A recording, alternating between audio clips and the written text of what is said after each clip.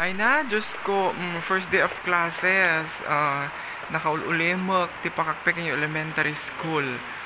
Teachers lang ti nag-report. Dagito yung classroom. Apo, ready damot kampay idiangam.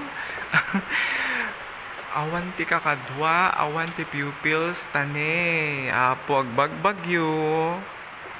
Agtudo-tudo lata. Dagita ti bisita mi.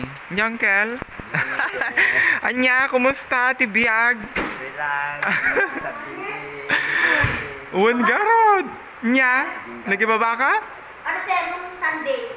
Ay, naging ato ka? Taas ako, punta kami sa school. Ah. Secure. Eh ngayon na, awan ng Diyos asana, wala nang ano sir. Kaya nga, Diyos ko Lord. Awan ti pupils. The same as last school year, first day. Ganito naman nung last year, maulan na naman. Dito ti office mi, apo. Nga nagbasit. Nagipangato ni Ma'am Joy. Domingo Joy? Doon sir. Wala kayo. Kasi makadanag sir, para hindi na kuwan. Ito na yung bagong room ng grade 3. Di ba, Ma'am Joy? Oh. Lumuwang siya? Ayan yung kanilang CR. Bagong CR. Kaya lang sa kuwan, bubuhan pa yun para mas lalong Oo.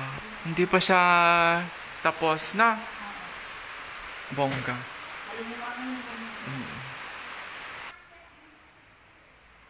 Ito naman yung room ng grade 3.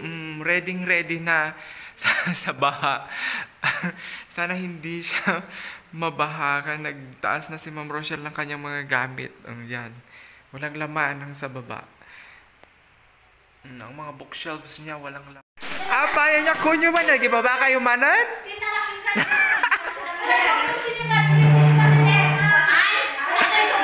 Ala, Diyos ka. Gibabada ka no kakabsat.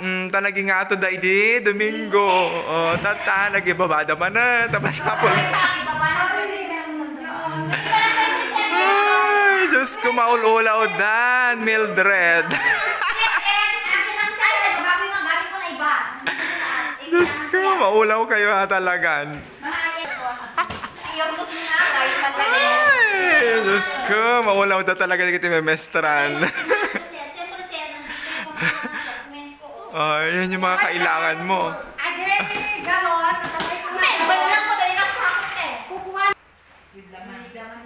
Dumating na yung school head namin.